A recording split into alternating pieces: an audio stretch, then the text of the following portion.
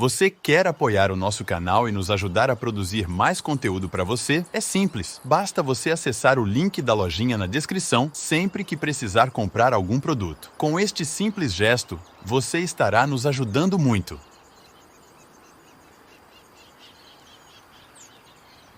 Qual o lugar da disciplina na educação? Resposta: eu diria nenhum. Só um minuto que eu vou me explicar. Qual é a finalidade da disciplina? O que se entende por disciplina? Você que é professor, quando disciplina, o que acontece?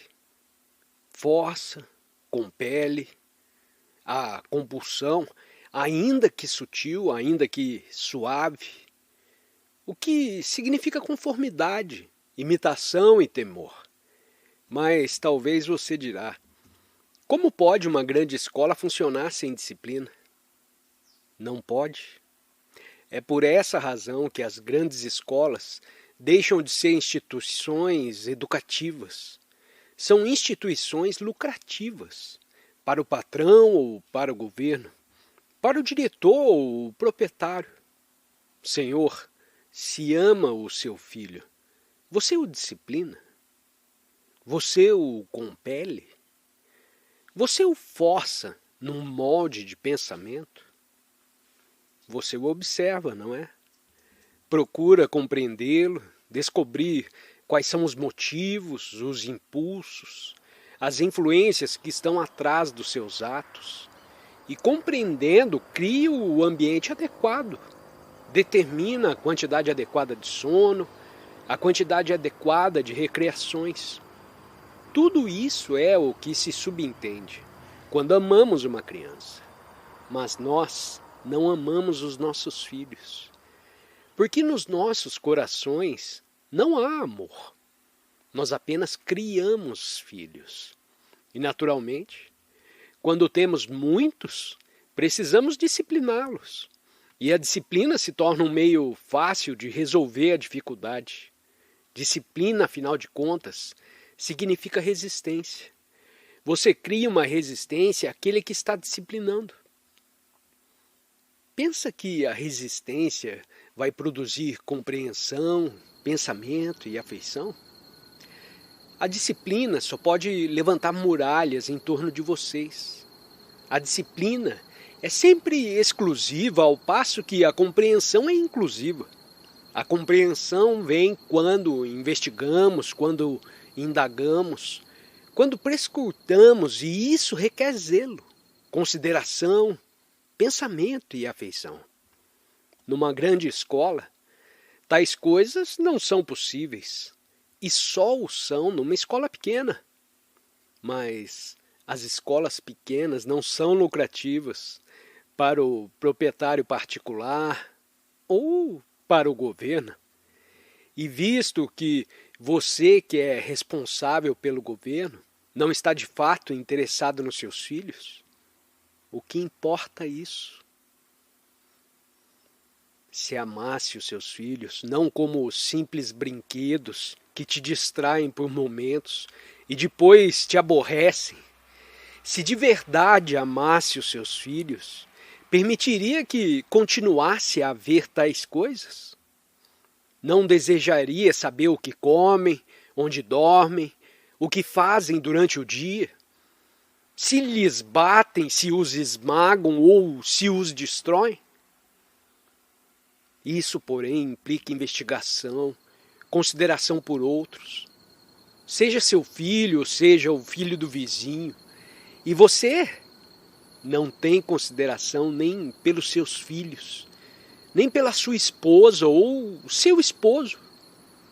Assim o problema está em suas mãos. Não está nas mãos do governo ou o sistema algum. Se todos nós cuidássemos verdadeiramente das crianças, teríamos uma nova sociedade amanhã. Mas nós, em verdade, não cuidamos. E por isso não temos tempo. Temos tempo para praticar o puja, para ganhar dinheiro, para frequentar os clubes. Temos tempo para diversões, mas não nos sobra tempo para pensar ou cuidar da criança. Não estou me fazendo retórica. Esse é um fato.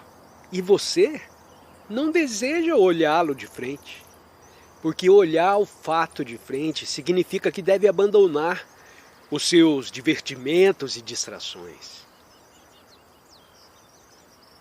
E você quer dizer que vai abandoná-los? De certo que não. Assim joga os filhos nas escolas e o professor não se importa mais com eles do que você. Por que deveria se importar? Ele está lá porque é o seu emprego, para ganhar o seu dinheiro e assim continuam as coisas. E nos reunimos numa tarde aqui para discutir sobre educação. É mesmo maravilhoso esse nosso mundo. Um mundo tão superficial, tão falso. Se olhamos atrás da cortina e ficamos a adornar a cortina, esperando que atrás dela tudo esteja bem. Senhores, eu não creio que vocês, educadores e pais, percebem como as coisas estão sérias. A catástrofe que assola esse país é bem evidente, mas vocês não desejam desnudá-la e começar de novo de uma forma totalmente nova. Desejam fazer reformas e remendos e por isso surgem todas essas questões. Senhores, urge começar de novo. Não pode haver reforma de remendos, porque o edifício está ruindo. As paredes estão cedendo e um incêndio o está destruindo. Tem de abandonar o edifício e começar de novo em outro lugar, com outros valores, sobre outros alicerces. Mas os que estão ganhando lucros da educação, seja o Estado, seja o indivíduo, continuarão da mesma forma, porque estão cegos para a destruição, para a decomposição e para a degradação. Já os que realmente percebem a catástrofe, não apenas em alguns pontos, mas no mundo inteiro, têm de se despojar de tudo e começar de novo. Não quero dizer que se despojem do conhecimento exterior, do conhecimento técnico. Sei que desses ninguém pode se despojar, mas vocês podem se despojar interiormente, ver a vocês mesmos tais como são, ver a sua fealdade, a sua brutalidade, a sua crueldade, as suas falsidades, a sua desonestidade, a sua absoluta falta de amor. Percebendo tudo isso, pode começar de novo, tornando-se honesto, claro, simples, diretos. Positivamente, só então é possível nascer um mundo novo e uma ordem nova. A paz não vem com reformas de remendos. A paz não vem com o mero ajustamento das coisas, tais como estão. A paz vem quando compreendemos o que é além do superficial. Só pode nascer a paz quando a onda de destruição, que é a onda de nossa própria ação, for detida.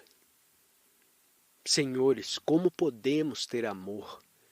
Não pelo cultivo do ideal do amor, mas tão só quando não temos ódio, quando não temos avidez, quando há consideração, quando há generosidade. Um homem que está ocupado com explorar, que tem avidez, que tem inveja, nunca conhecerá o amor. Quando há amor, os sistemas se tornam de importância diminuta. Quando há amor, há consideração, não só para com as crianças, mas para com todos os seres humanos.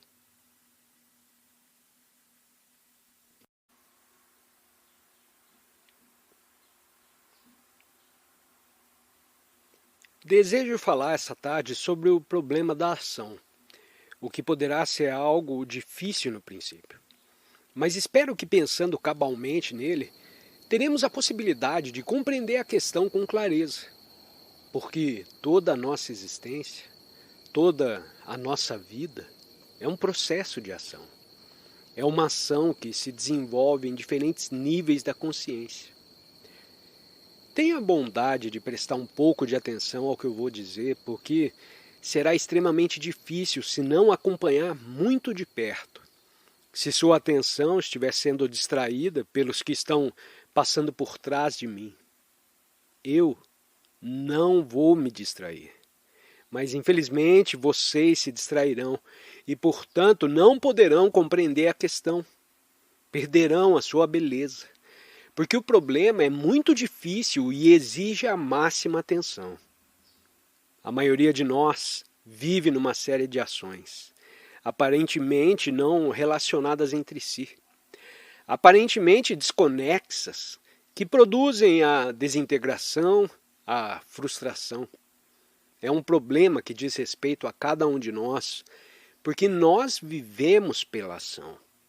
E sem a ação, não há vida, não há experiência, não há pensar. O pensamento é a ação. Se só nos interessa a ação num determinado nível da consciência, no nível exterior, se só nos empenhamos na ação exterior, sem compreendermos todo o processo da própria ação, seremos inevitavelmente levados à frustração, à desventura.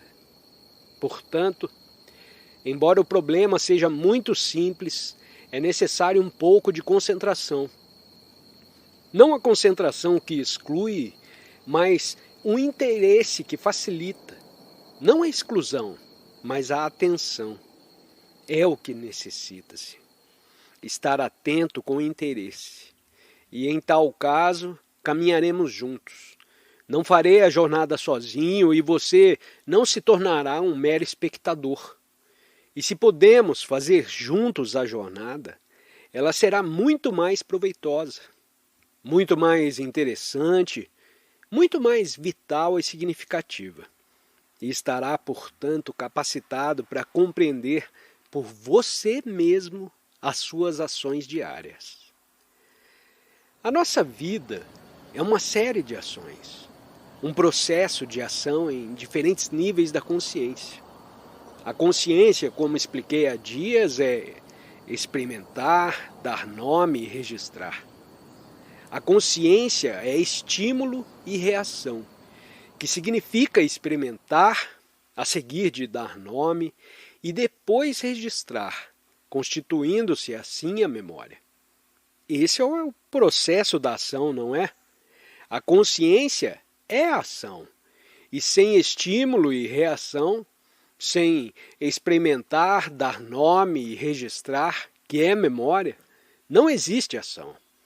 Quer seja um competente administrador, um grande negociante, enchendo-se de dinheiro e amontoando um depósito no banco, quer seja um escritor ou um simples homem comum que vive do seu trabalho, esse é o processo que está sempre operando. Experimentar, dar nome e registrar. E esse processo no seu todo constitui a consciência, que é a ação. Pois bem, a ação cria o agente. O agente começa a existir quando a ação tem um resultado, um fim em vista. Se não há resultado da ação, não existe então um agente. Mas se há um fim ou um resultado em vista, então a ação cria o agente. Assim, agente, ação e fim ou resultado constituem um processo unitário, um processo único, o qual é reduzido quando a ação tem um fim em vista. A ação que visa um resultado é vontade. Do contrário, não há vontade. O desejo de alcançar um fim gera a vontade, que é o agente. Quero realizar uma coisa, quero escrever um livro, quero ser rico, quero pintar um quadro. Vontade é ação com um fim em vista, com um resultado a ser alcançado que produz o agente. Assim, o agente ou a vontade, a ação e o fim ou resultado constituem um só processo. Embora possamos decompô-lo e examinar esses fatores separadamente, trata-se de um processo unitário e total. Bem, conhecemos muito bem esses três estados: o agente, a ação e o fim. Tal é a nossa existência diária. Estou apenas explicando o que é, mas só começaremos a compreender como se transforma o que é quando examinarmos claramente, de modo que não haja nem ilusão, nem preconceito, nem tendência alguma em relação com ele. Esses três estados que constituem a experiência, o agente, a ação e o resultado, esses três estados representam evidentemente um processo de vir a ser, não é verdade? Se não há agente, se não há ação tendo em vista um fim, não temos vir a ser. Mas a vida, como nós a conhecemos, a nossa vida diária, é um processo de vir a ser. Sou pobre e ajo com um fim em vista, que é o de me tornar rico. Sou feio e quero me tornar belo. Por consequência, minha vida é sempre um processo, devia ser alguma coisa. A vontade de ser é a vontade de vir a ser em diferentes níveis da consciência, em diferentes estados, no que há estímulo, reação, dar nome e registrar. Ora, esse vir a ser é conflito. Esse vir a ser é penoso, não acha? É uma luta constante. Sou isso e quero me tornar aquilo. O vir a ser é uma batalha incessante. O rico em competição com outro mais rico para manter a sua posição. O pobre tentando ficar rico. O artista procurando alcançar algum resultado. Escrever um livro ou poema. Pintar um quadro. Há sempre um fim em vista. Um resultado para ser alcançado. E nesse processo de vir a ser há uma batalha incessante. Há conflito, há sofrimento. Tudo isso nos é bem familiar. Eu não descrevi outra coisa senão o que é, não é? O problema, portanto, não há ação sem esse vir a ser. Isso é, não há uma ação desacompanhada desse sofrimento, dessa batalha constante. Se não há um fim, não há um agente, porque a ação com um fim em vista é que cria o agente. Mas pode haver uma ação sem um fim em vista e, portanto, sem um agente. Porque no momento em que há ação com um desejo de resultado, há o agente. E, portanto, o agente está sempre empenhado em vir a ser. Logo, é o agente a fonte do conflito, do sofrimento e da miséria. E para se eliminar esse conflito, pode haver ação sem agente, sem o desejo de um resultado? Apenas tal ação não é um vir a ser e, portanto, não há luta.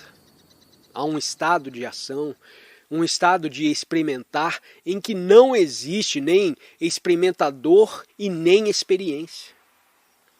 Isso pode parecer algo filosófico, mas na realidade é muito simples. Sabemos em nossas ações diárias que há sempre o agente ou o experimentador, o processo de experimentar e a experiência. O agente atua no sentido de alcançar um fim.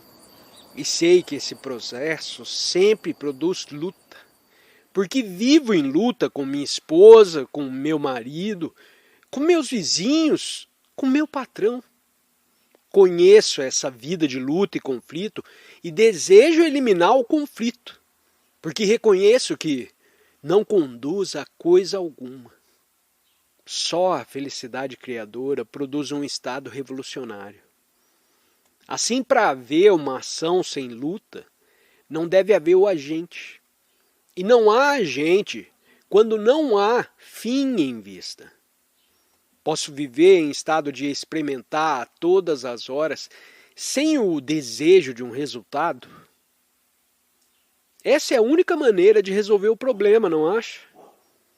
Enquanto a ação tem um fim em vista, tende a haver o agente, o experimentador, o observador e, portanto, um processo devia ser produtivo de luta e, logo, um estado de contradição. E pode-se viver na ação sem um estado de contradição? Só se pode estar livre da contradição quando não há nem agente e nem um fim para alcançar, o que implica um estado de constante experimentar sem o objetivo de experiência, portanto, sem o experimentador. Pois bem, vivemos em tal estado quando o experimentar em si é intenso. Considere, por exemplo, qualquer experiência intensa que você teve. No momento de experimentar, não está cônscio de você mesmo como experimentador, separado da experiência. Está em estado de experimentar. Considere um exemplo muito simples. Você sente cólera. No momento da cólera, não existe nem experimentador e nem experiência. Só há o experimentar. Mas ao sair desse estado, uma fração de segundo após o experimentar, eis que surge o experimentador e a experiência, o agente e a ação com um fim em vista, que é o de ficar livre da cólera ou de reprimi-la. Assim, nós nos vemos repetidamente nesse estado de experimentar, mas sempre saímos dele e aplicamos-lhe um termo, lhe damos um nome e o registramos, dando assim continuidade ao vir a ser. E o problema é, como podemos nos libertar do conflito da ação? Como já disse, isso só é possível quando o experimentar é vivido completamente, integralmente, quando não há o processo de dar nome e nem, portanto, o processo de registrar, que é a memória. A memória é o fator que registra o resultado da ação que tem um fim em vista. Quando tem uma experiência e você encontra nesse momento de experimentar, se não lhe dá nome e, portanto, não o registra, não o põe no quadro de referências que é a memória. Esse experimentar é então alegria. Esse experimentar é criação. Experimente o que acabo de dizer. É muito simples. Conhecemos o primeiro processo, que é a ação em busca de um fim, um resultado e criando o agente. O agente ou a ação com um fim em vista é o processo de vir a ser. E esse processo significa luta e sofrimento constantes. Nós o conhecemos muito bem. Viver em conflito é essencialmente um estado de contradição. E num estado de contradição nunca pode haver a capacidade de viver plenamente, porque sempre há de haver luta, sempre há de haver o sofrimento. Para ficarmos livres desse sofrimento só pode haver um único estado, o estado de experimentar, que é a ação sem agente, sem resultado, sem um fim em vista. Não é uma coisa absurda como poderá parecer. Se observar muito atentamente, verá que em momentos de grande êxtase, você vive nesse estado de experimentar, sem agente ou sem o experimentador, e sem o objeto da experiência. A maioria de nós conhecemos esse estado de experimentar e depois de conhecê-lo, desejamos fazê-lo continuar.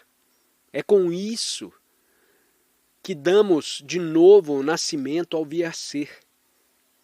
Desejamos um resultado, o que significa uma ação com um fim em vista e, portanto, fortalecemos o quadro de referências, que é a memória. Assim, para produzir um estado de constante experimentar, o qual, em verdade, extraordinariamente revolucionário, precisamos estar cônscios desse processo de ação que busca sempre um fim, sempre um resultado e que faz, portanto, nascer o agente. Precisamos estar plenamente cônscios desse processo e quando estamos cônscios dele e percebemos a verdade, o significado, o sofrimento que há nele, então nesse percebimento passivo conheceremos o estado de experimentar, no qual não existe nem experimentador e nem experiência.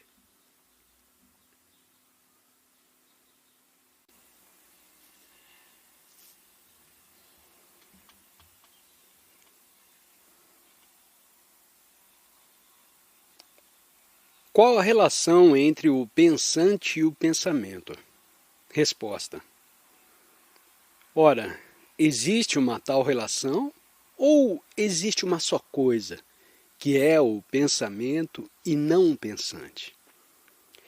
Porque se não há pensamentos, não há pensante. Quando pensa, quando tem pensamento, existe um pensante?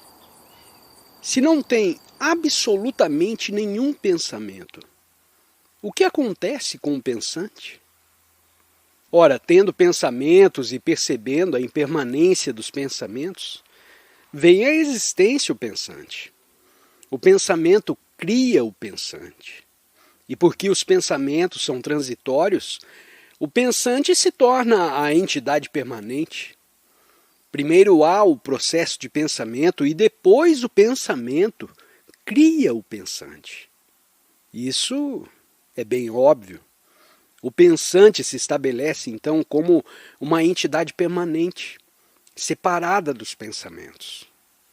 Os pensamentos são transitórios e estão sempre em estado de fluxo.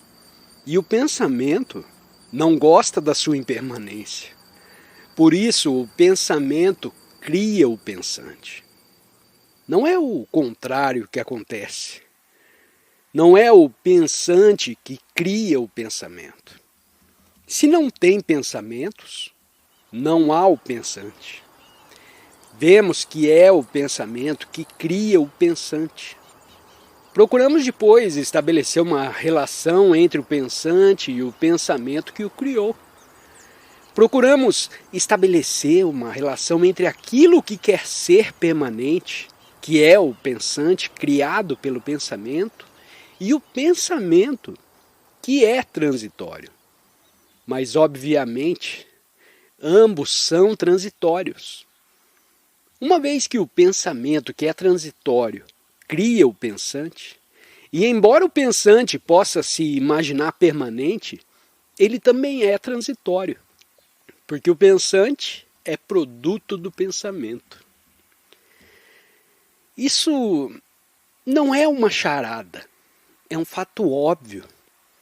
Acompanhe um pensamento completamente, leve-o até o fim e você verá o que acontece.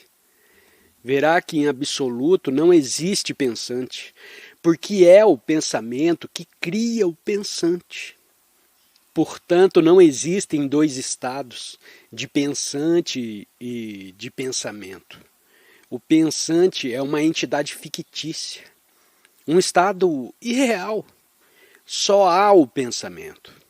E o feixe de pensamentos cria o eu, o pensante. E o pensante, tendo dado permanência a si mesmo, procura transformar o pensamento e conservar a si próprio, o que é algo falso. E se puder levar até o fim cada um dos seus pensamentos, isso é, deixar cada pensamento ir até o fim, sem encontrar resistência, verá então que em absoluto não existe o pensante.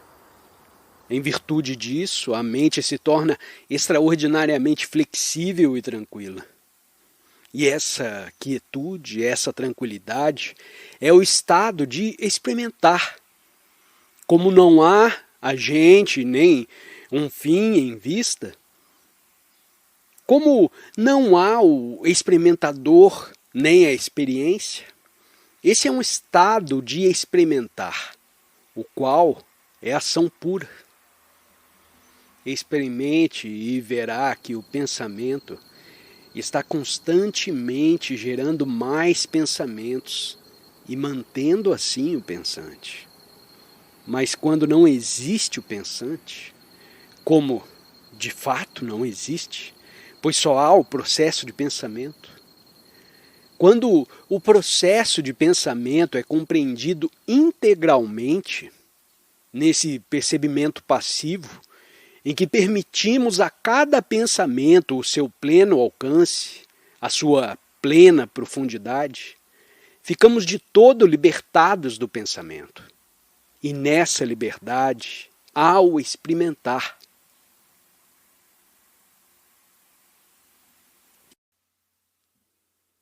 Agradecemos por sua presença nessa exploração da sabedoria com Krishnamurti. Se você está ansioso por mais descobertas, confira os vídeos que estão sendo sugeridos na sua tela. Desafie a sua mente a absorver mais conhecimento. Compartilhe as suas percepções nos comentários e, claro, inscreva-se para continuar essa jornada conosco.